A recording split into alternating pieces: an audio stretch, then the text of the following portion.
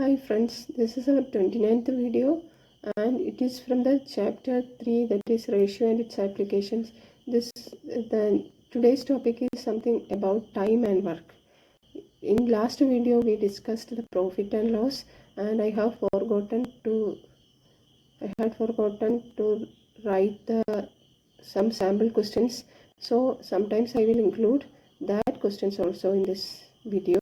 So let's start with the time and work and theory related to that. So if you are watching first time, please subscribe and share with your friends and put your valuable comments in the comment box. So thank you. Let's start. That is work done. What is work done? I have already written it as a short note. Then after that is work to be done is usually considered as 1 unit. If in these calculations we usually consider the work as 1 unit and the time is measured in days and hours. That is 1 unit work, the number of person required to complete that unit work and the number of days or hours to complete that work is calculated in this topic. That is basic. Some basic assumptions are there for calculating or solving the problems. That is, first assumption is if a person does the same work for a certain number of days.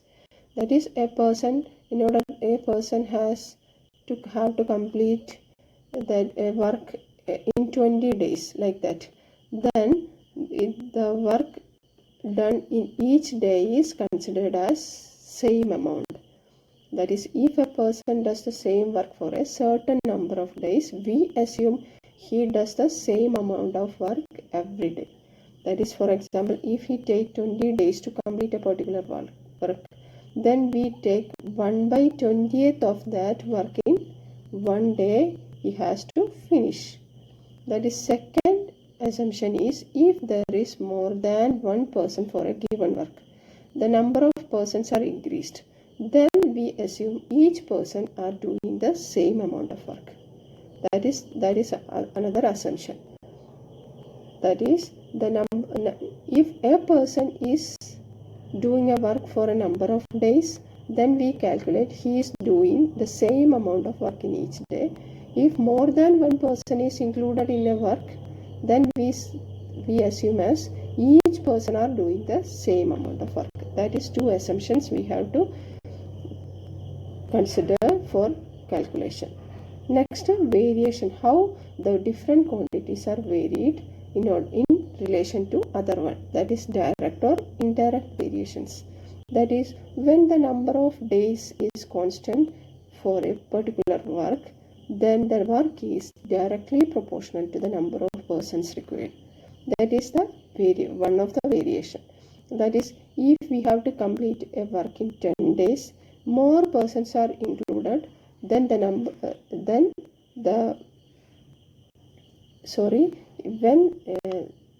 when the number of days, if 10 days are allotted for a particular work, then as the 10 days are allotted for a work, then as the number of persons increase, then the work they can complete in 10 days is also will increase. That is, work done increases as the number of person increases. That is, the work can be completed within 10 days is much more than the number of persons are increased. That is one variation.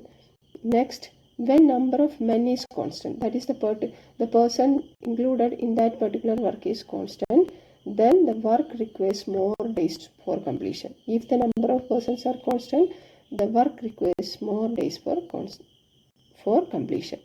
That means we can write like this: if the work increases, then the more days are required for the completion of that work. When work is constant, that is, we have to complete a particular amount of work, then the number of persons increase, the number of days required for that work decrease. If the number of days increase, number of men required is decrease. That is, the men and days are inversely proportional to each other. That is, more men means less days required. That is the variations and assumptions. 2 assumptions are there and 3 variations are there in we are considering work and time related problems. Next is the unitary method.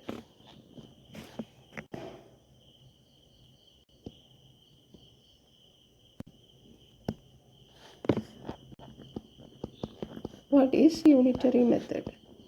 This is something related to solving the problems. That is the unitary method. This is the main method used for calculating the work and time related problems. That is, in unitary method, we consider work as a unit.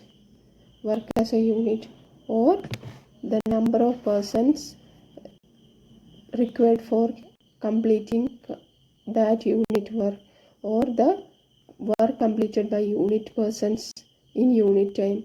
All these are calculated first, and from that we can calculate the required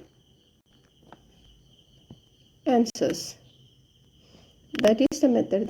That is, first we complete the number of, we calculate the work done in unit time, or the number of, if unit persons are included, like that, and then calculate the or solve the required problems. That is, we can write like this: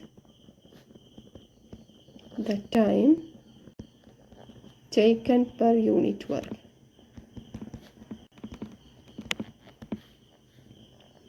Unit work, or number of persons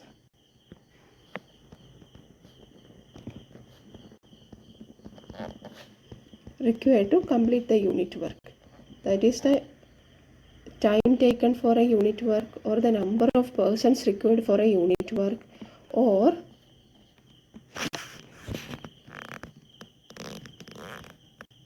unit work, or work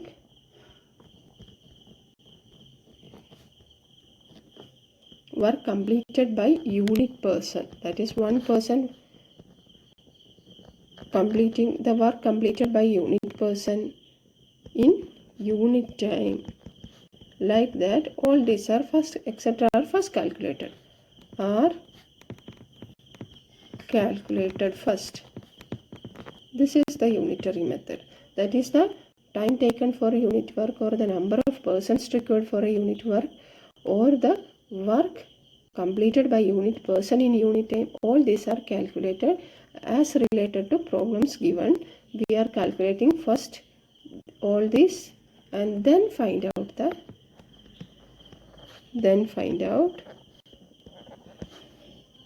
the required questions. This is the unitary method of doing our problem. That is, for example, if person A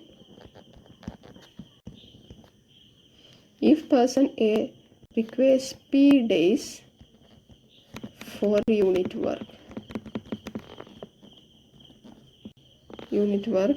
if person B requires Q days for unit work, then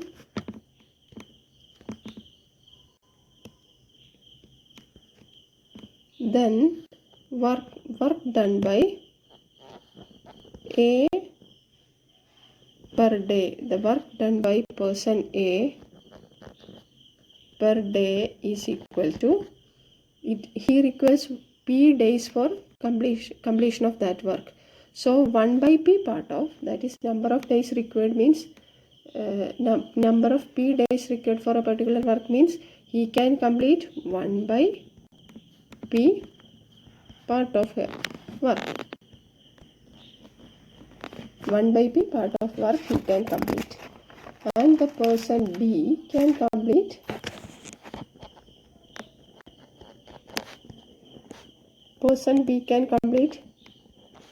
how much he can complete 1 by q part of work. He can complete 1 by q part of work. So the total work done by both in one day. Total work done by, this is the unitary method. Total work per unit day. Unit day is equal to 1 by p plus 1 by q. It is equal to q plus p or p plus q by qp. This is the unitary method. And from calculating this, we can solve our problem. This is the unitary method. Next, what is man days? What is man days?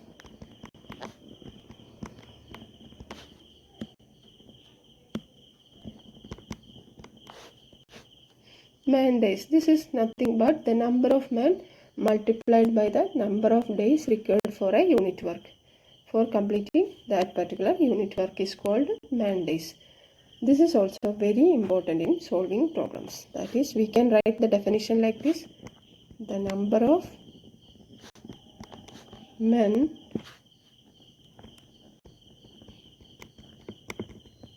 multiplied by the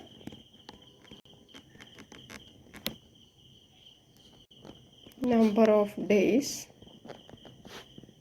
required for the completion of a particular work. Required to complete,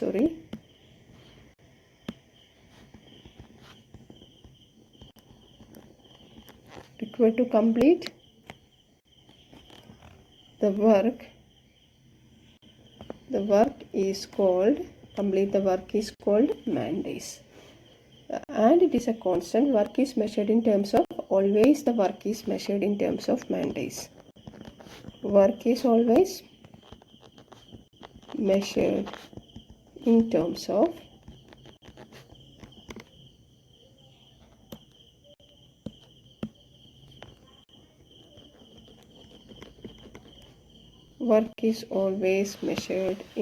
of man days. That is the number of persons into number of days required. So, for a specific work, the man days remains constant. For a specific work,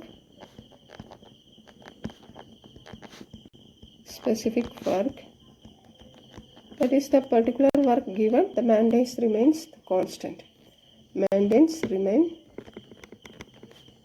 constant. So, that is man into days equal to work, and it is a constant value. That is, something multiplied with something to give constant means this man is inversely proportional to days. This is its meaning. Inversely proportional to days. That is, number of persons increase means the number of days required to complete that work also decrease. Also may not, as the number of persons increase, the number of days required to complete that particular work will decrease. For example, we can solve one problem to understand more. That is, if 20 persons can make 40 bridal clothes.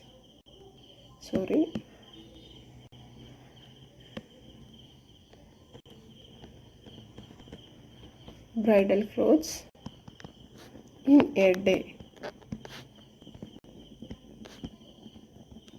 How many persons are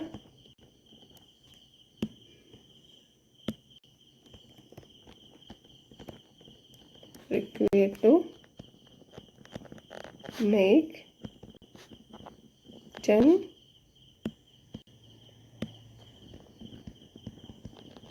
clothes in a day?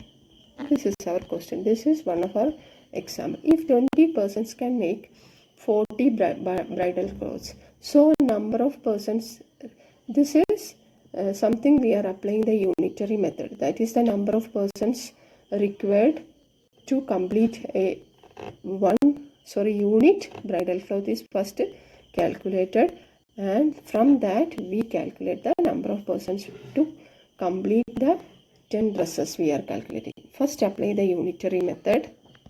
Unitary method we are applying.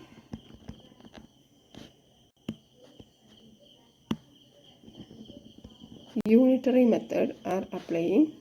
So the for a already given the number of days constant are. Number of days constant means work is in directly proportional to men. That is directly proportional to work is direct. As the number of persons for the completion of that work, as the number of persons are increased, the work can be completed is also increase. So the number of persons required to complete a particular work, that is 20 persons for 40 dresses.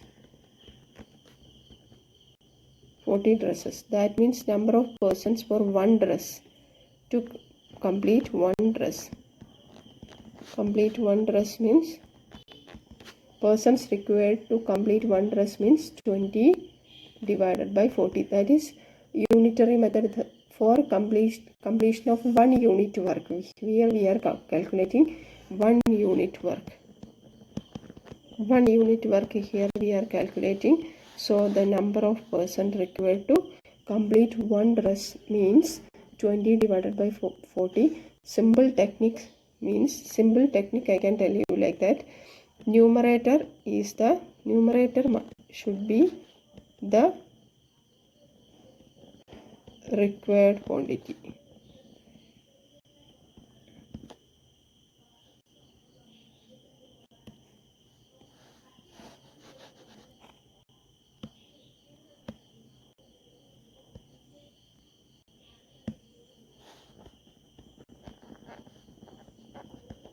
Numerator should be right as the required quantity. That is what we have to find out is written in the numerator. That is the one technique we can apply. Here the number of persons we have to calculate. So the number of persons for completing 40 dress is 20. So we write 20 in the numerator. So 20 by 40 is equalizing to the number 10. So we have to find out the number of persons required for making 10 dress. So the number of persons for making this 10 dress is taken as X. So we can equate this. That is, both are doing a unit work. This is equal to unit work. So we can equate these two. From this we can, that is 20 persons for 40 dress and X for 10 dress. And that is 20 by 40 means unit work. X by 40 also equal to unit work. So we can equate these two. So X equal to, taking this 10 to the left side, 20 into 10 by, from denominator it will go to numerator, by 40. So that is equal to 200 by 40 equal to 5 persons are required. This is our answer. This is the method of calculating the number of persons. So in general we can write like this. If capital letter, if M1 man complete M1 man complete W1 work in D1 days and H1 hours per day, and M2 men complete W2 works in D2 days with H2 hours per day. Then we can equate, that is, as taking unit work, the number of persons, M1 man completing the work in D1 days and H1, the total work is W1.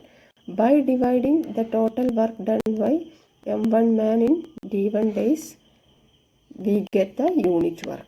This is equal to nothing but unit work, and this is equivalent to M2 man take D2 days with H2 hours for a completion of W2 work. Then unit work is the total work divided by work done by this man divided by the given work. It will be equal to unit work. So we can equate like this, and this is the equation we can apply to solve all problems.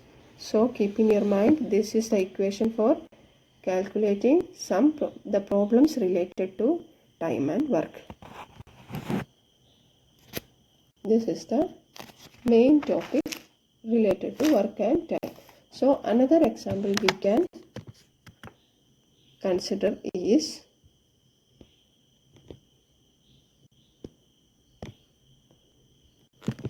one more example is given. That is example 2. A pipe can fill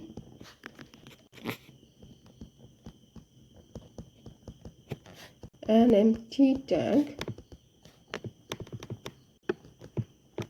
in 24 minutes and another pipe can fill it in 36 minutes.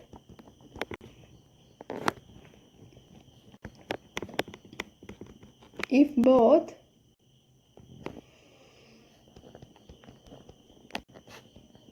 pipes are kept open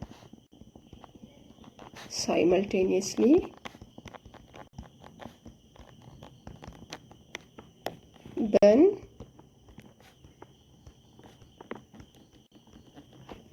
how many minutes will the tank get filled? This is our question. If a pipe can fill the empty tank in 24 minutes, then the tank filled by the pipe P1 in 1 minute. If the pipe is taken as P1, the P1 fill the tank filled by P1,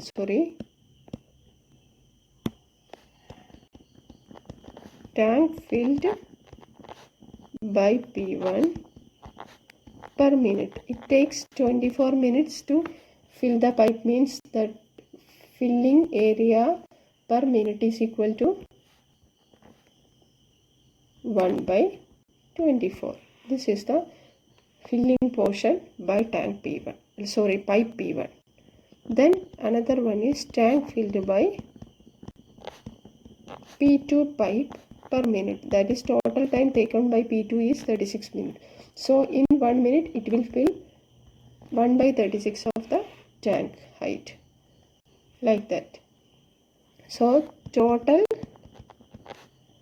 filling per minute equal to what? It is equal to 1 by 24 plus 1 by 36. This is our unitary method. That is 1 by P plus 1 by Q equal to P plus Q by PQ. We already written, that is the unitary method. So we can take the LCM of 24 and 36. That is 8.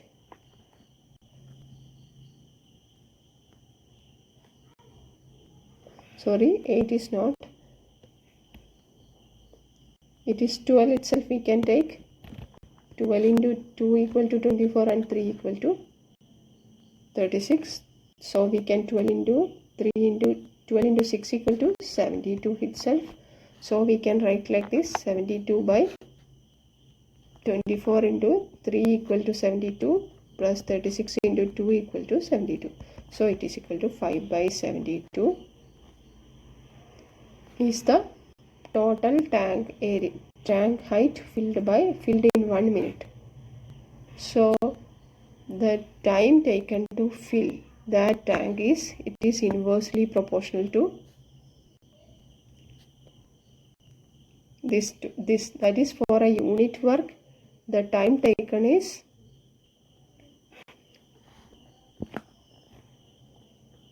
so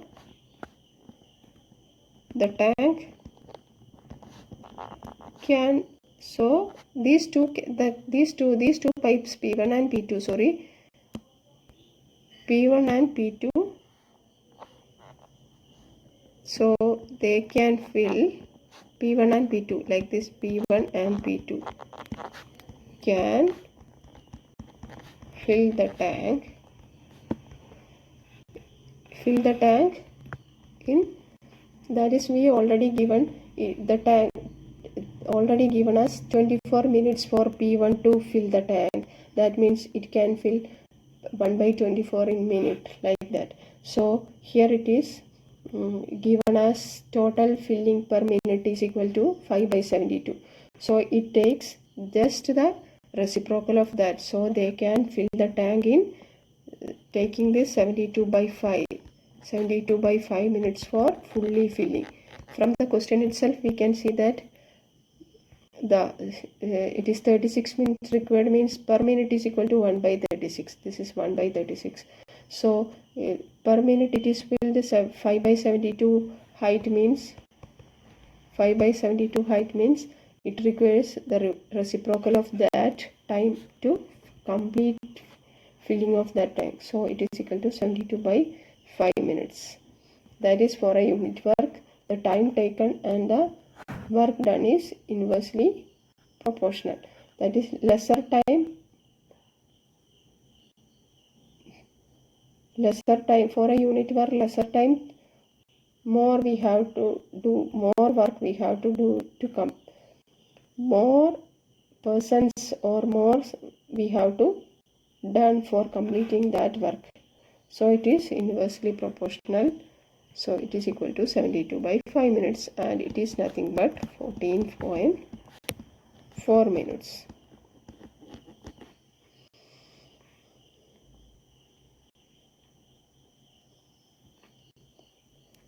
This much is our work and time related problems. Then next is in the last topic we discussed, that is simple interest, something related to simple interest. I forgot to add the examples in that, so I give 2 examples related to simple interest in this video itself. That is, problems related to simple interest, that is given in this video. I forgot to add that in the last video, so we can go through this also. That is, find the simple interest on rupees 2560 for 3 years at 15% per annum. That is, simple interest is, the equation for simple interest we already know, that is equal to PTR per 100. This is the percentage of simple interest. The principal amount, it is given as rupees 2560, and the number of time period, it is equal to T is equal to 3 years, and the rate of interest is given as 15%. It is equal to 15 by 100. So the equation for calculating the simple interest is equal to PTR by 100. This is equal to P is 2. 560 into T is the time period, 3 into 15 by 100. So from calculation we get it is equal to 128 into 9, and it is nothing but rupees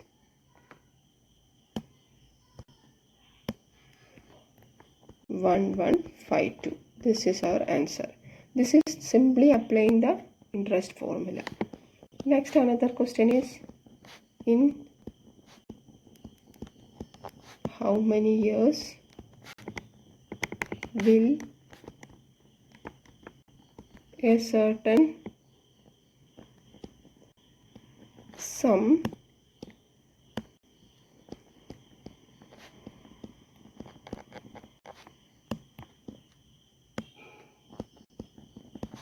amount to 7 times itself